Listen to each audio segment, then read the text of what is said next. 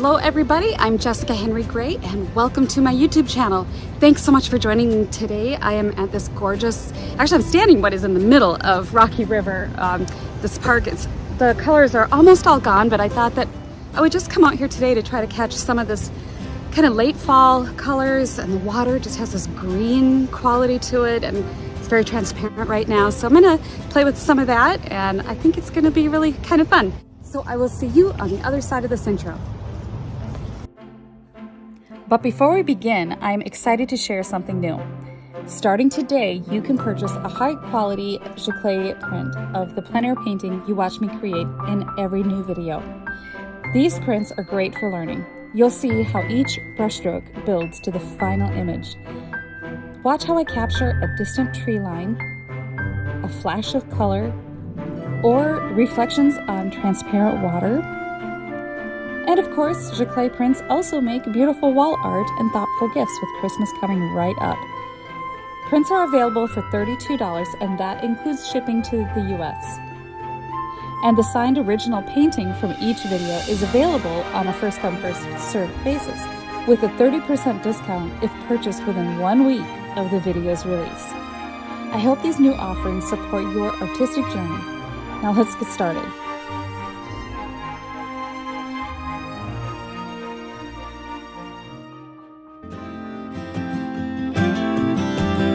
Jessica Henry Gray here, and thanks for watching one of my videos. On my channel, I concentrate on the joy of outdoor plein air painting. I talk about color, composition, efficiency, and so much more. I bring you 30 years of painting and teaching experience.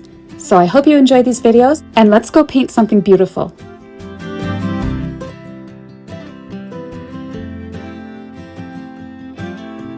So I hope that you enjoy this video and be sure to like and subscribe if you got something out of it today.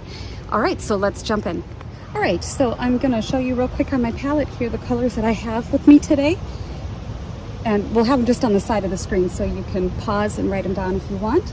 I have titanium white and I do have a cadmium orange out today. I use it a little bit more often in the fall. I've got a cad yellow light, cad yellow medium, yellow ochre. This is a transparent red oxide, burnt sienna, and then I put my Neo McGill right here. It just kind of in the middle. I don't have a little cup, and I've got that spot designated for it.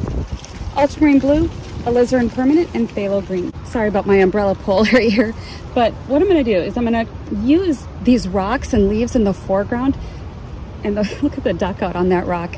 I'm going to make this area my focal area because what I really love about this scene is the color in the water, the leaves under the water, the rocks, some of the color right here in the shade, and I'll incorporate a little bit of the background river, maybe even a tiny bit of sky into the painting, but most of the focus is going to be right in here on the main kind of foreground area. Okay, so I'm going to do a quick sketch of it so I block out where I'm going to go with my plan.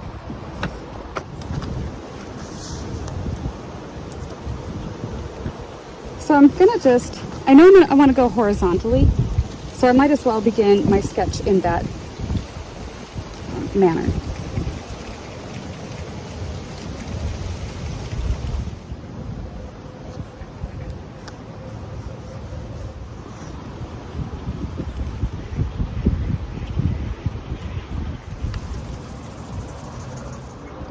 And the rocks will be a lighter value because they just are. So we'll come in. The rocks are almost like a path. Sometimes we put a path leading the viewer into the painting. Well, that's going to be that path. And all of this is really creating a nice dark frame, all the trees and the shadows across the water, to frame in my star of the show, that area. So thumbnail sketches aren't meant to be detailed drawings. They're meant to lay the paving road, lay the framework for the rest of your painting so you know where you're going and everything makes sense to you. Okay, so this is a 9x12 aluminum panel by Artifacts. Love these panels. They are just so smooth, the way the paint just falls off the brush. So this is a toned canvas with actually it's not even canvas material, it's just smooth like eggshell texture. So this was phthalo green and transparent red oxide. Just a nice sort of even coat. And I'm just blocking in now where my the forms of everything is as it pertains to my sketch.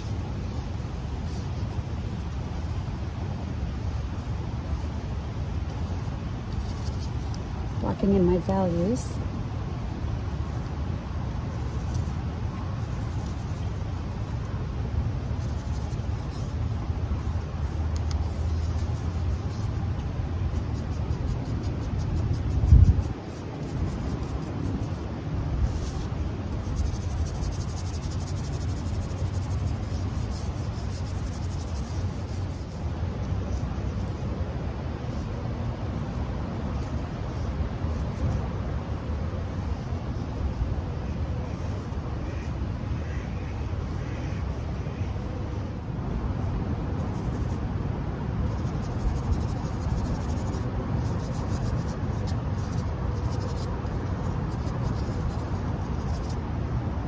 I'm just taking a little bit of sienna and cadmium yellow to sort of scumble in this mass of darker value here where I see some of those beautiful fall colors peeking through.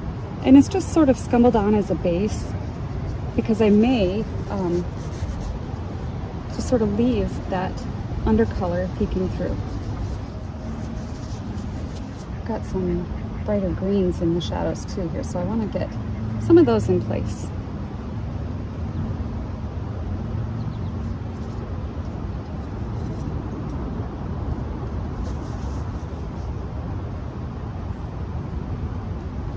I'm also sort of blocking in the colors, the value range, and I want to get those extremes figured out as early as possible.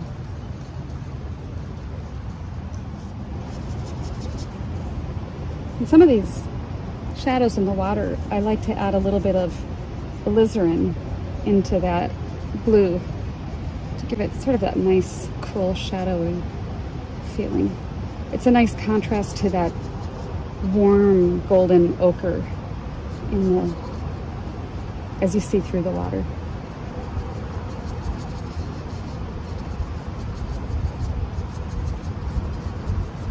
And when you have a scene like this, and the days, you know that the lighting is going to change so fast because the days are getting shorter and you don't have a lot of time.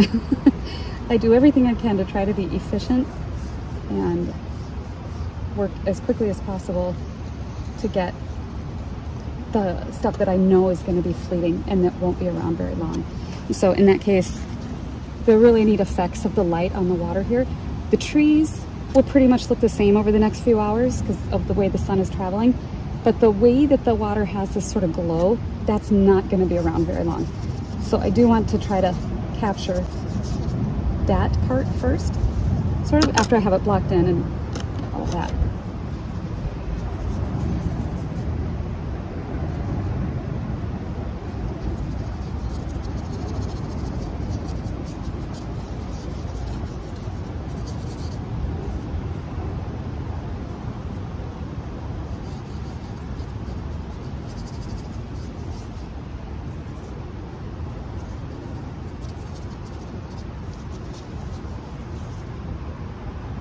So yellow ochre, cad yellow, and I'm going to thin it down a bit.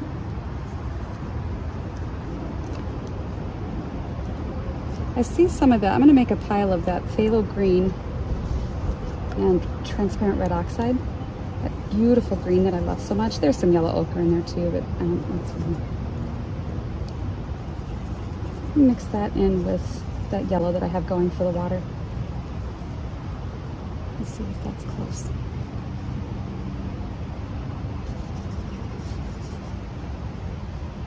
I think that's okay, but in places it's just a little greener.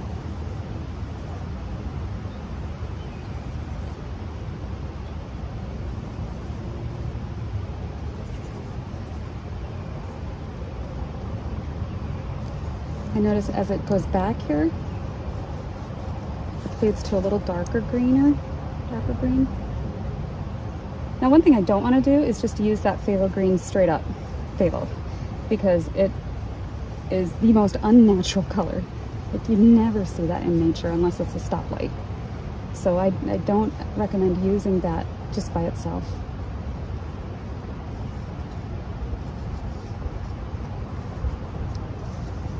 I'm going to play with this movement of light right now in the water before it goes away. So you see I put a darker green back there, and then sort of an ochre greenish, yellow right here. Play with that a little more.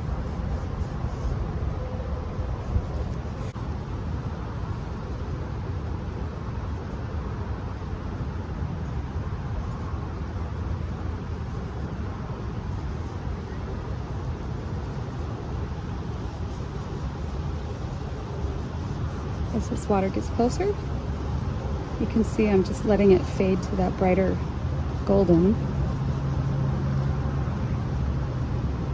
where the dappled light is peeking through the shadows.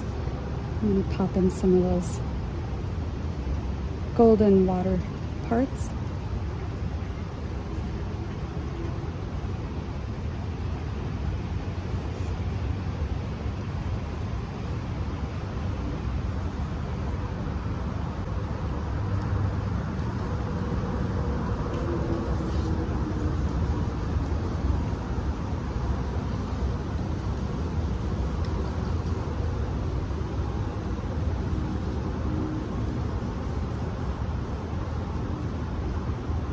I try to keep my brushwork fairly level, sort of quieter at this stage. I can build up the thickness of the paint as I go along. But presently at this moment, I want to try to keep it a little flatter because it is the surface of the water, and there aren't any ripples on the water at all. Very quiet. And I've got this beautiful sky coming down. Right here on the water, and I want to try to capture some of that before it goes away.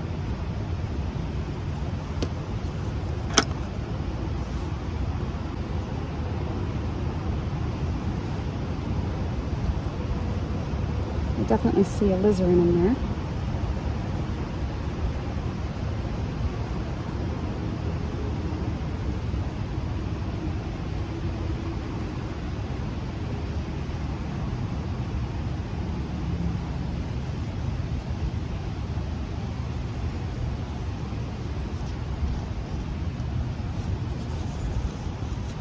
Just want to knock it down in intensity a little bit by adding the complementary color, which is some variation of orange I'm grabbing from over there.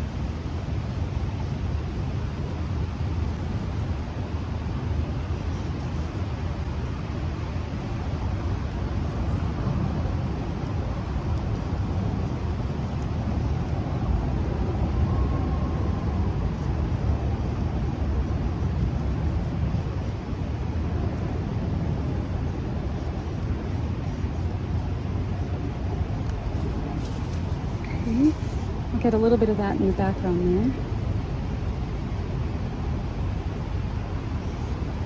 Oh, right here. But I don't want this to be as intense as the one up front because I want that to be quieter. It's further back. And while I have it, those reflections in the water here are really neat.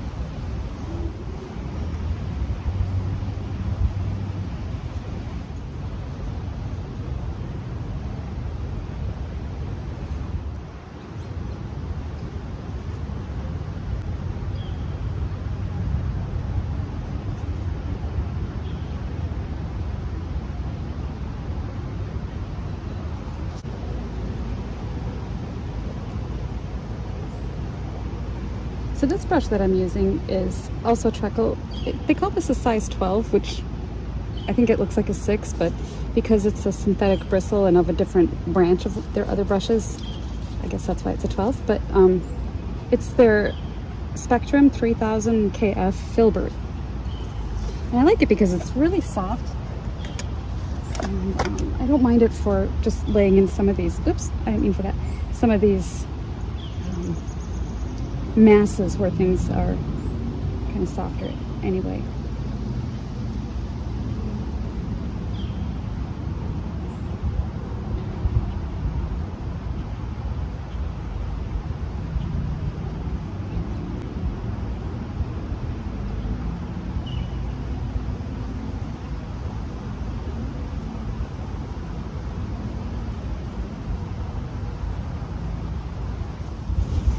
Okay, I'm going to come back to working on the water now.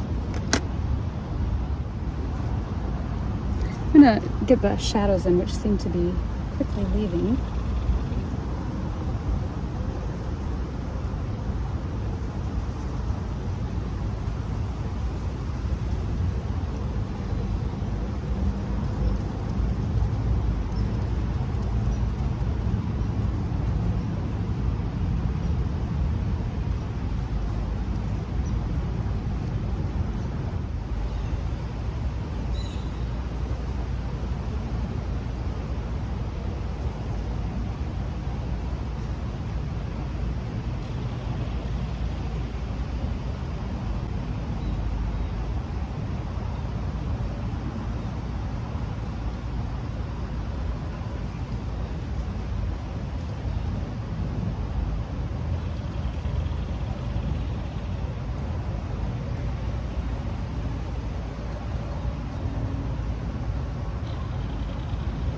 Now for those underwater rocks, I'm just taking some of that same dark I had.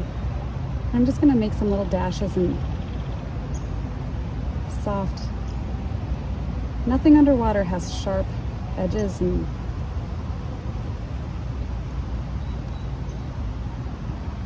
I give it a little bit of a shadow.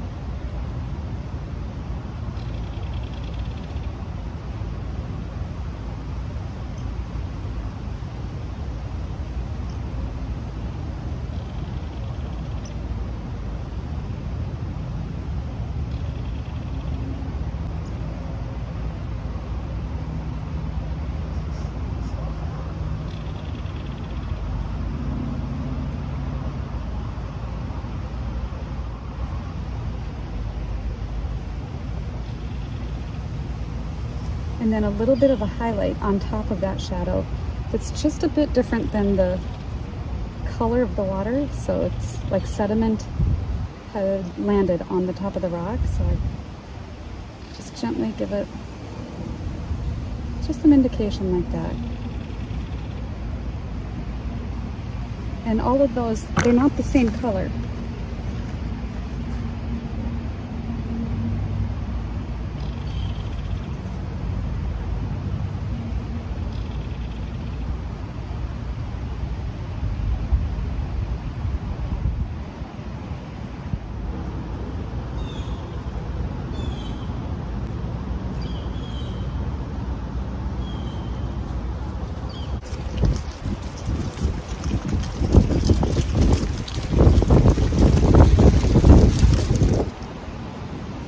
All these waterlogged, sunken, fallen leaves under the surface of the water over here. So I'm going to make those a darker, kind of more transparent brown under the surface. And when I put the leaves that are on top of the water in place, I'm hoping that they'll have that lovely separation.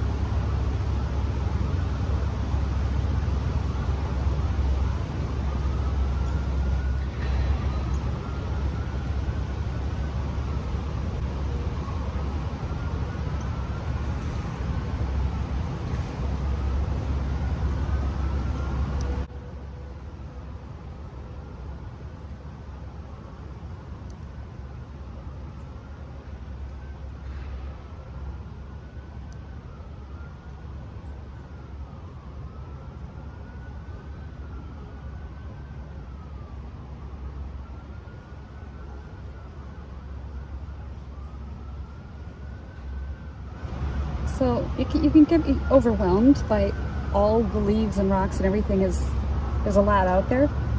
But if you select from the scene what you need to arrive at the composition and goal, sort of, that you had set out at the beginning, then you have a target. You know what to pick from your scene out in front of you. And then you also know when you've arrived at what it is you want to say. I think many people find complicated landscape scenes something that they want to avoid because it's just too much. But you don't have to. If you start out with what it is that you love about the scene, first write down what you really responded to. And keep that in your focus as you're going along, and not to get distracted by all of the other stuff, and knowing what to leave out, because I don't need all the leaves for it to feel like fall in my picture. Just a few is surprising what it can suggest as you're going.